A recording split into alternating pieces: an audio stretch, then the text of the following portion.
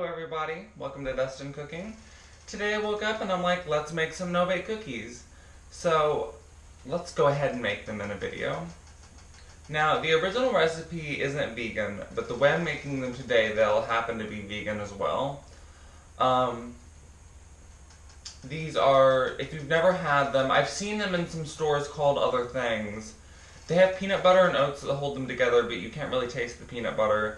It's just chocolatey and it's so good. What we're going to need for this is some butter. I'm using lactose free, and I always get the Bluebonnet brand just because I've always used Bluebonnet before I started cutting out dairy out of my diet, as much as possible anyways. And you know, that's a really easy switch. I had even my grandma taste it, and she's always used Bluebonnet too, and she said it tastes exactly the same, so I absolutely love that. And then I have some peanut butter, and then we have some vanilla extract we'll need, some cocoa powder, and some sugar. We also have some quick cooking oats back there, and we also have some silk, which I haven't gotten out of the fridge yet. You can use milk, of course, as well. I just happen to have silk today. Which, obviously, if you use milk, that doesn't make it vegan, so excuse this noise if you hear it in the background. I have some broccoli cooking, too. That's part of my supper that I'm going to have before work. So anyways, in a bowl, I already have 3 cups of oats put in it. It's quick cooking oats. And I have a half a cup of peanut butter put into this. Also into this, we're going to put some vanilla extract. We're going to need 2 teaspoons. Okay, so that goes in one bowl. We're going to put this to the side because this will need to be ready later. We're going to get a mixture hot, and then we'll mix it into that, and then we'll have so long before we have to spoon it out, otherwise it'll harden up. So let's go ahead and go over to the pan. Okay, now in this pan we're going to put 2 cups of sugar.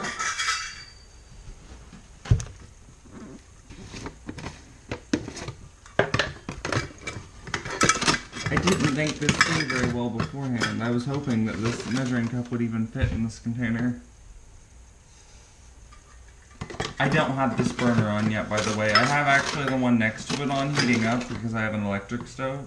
Okay, the next thing we're going to add, I'll add the silk next.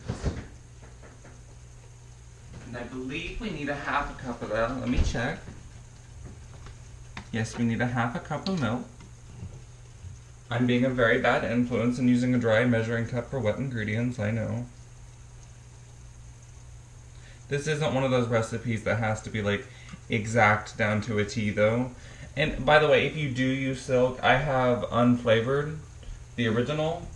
If you are using the vanilla, then you can probably just not add the vanilla to the peanut butter mixture that we have over there.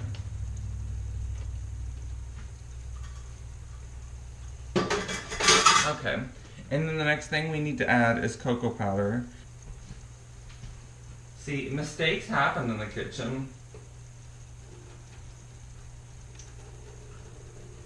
You just gotta roll with it. I just looked at the recipe card and it's 1/4 a cup of milk that we need to add. I am very sorry.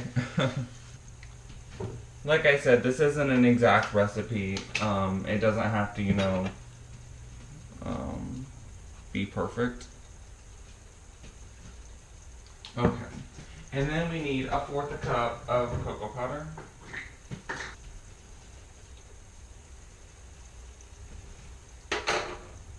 And then lastly, we will add 1/4 a cup, or 1 stick of butter. In this case, I'm using my dairy-free margarine. Okay, so I'm going to use probably most of it.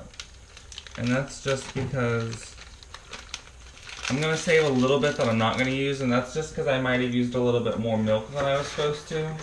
That way there won't be too much liquid in this. Okay, now we're going to put it on the pan, on the burner, and we're going to actually melt this now. And I'm just going to stir it as it melts. We want to boil it for a minute, so we're going to just put it in the pan, stir it like this. And then when it starts to boil, you want to get a timer ready because it'll go for 1 minute boiling.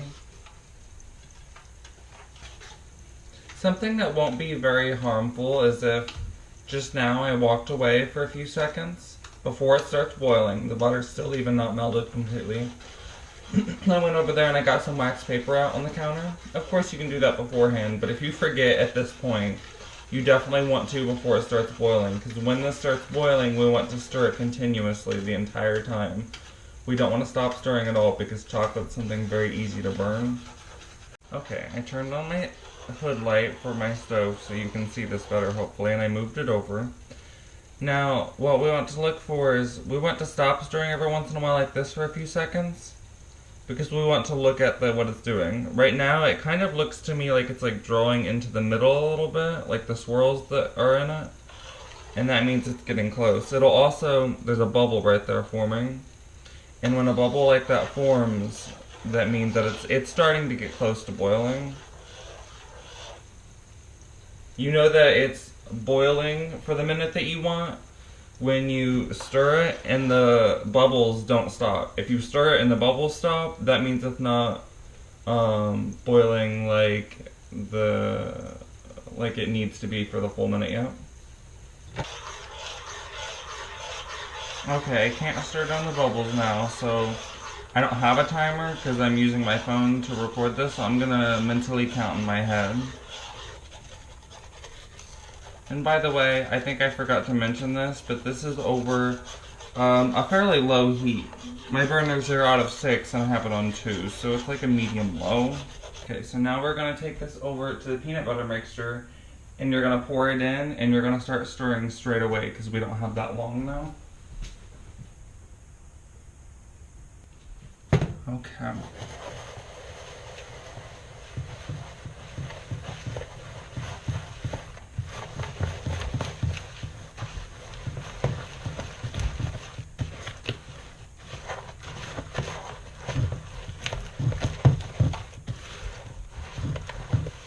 It's mostly mixed together though. So now you'll just spoon it out onto the wax paper. And I'm going to use 2 spoons like this.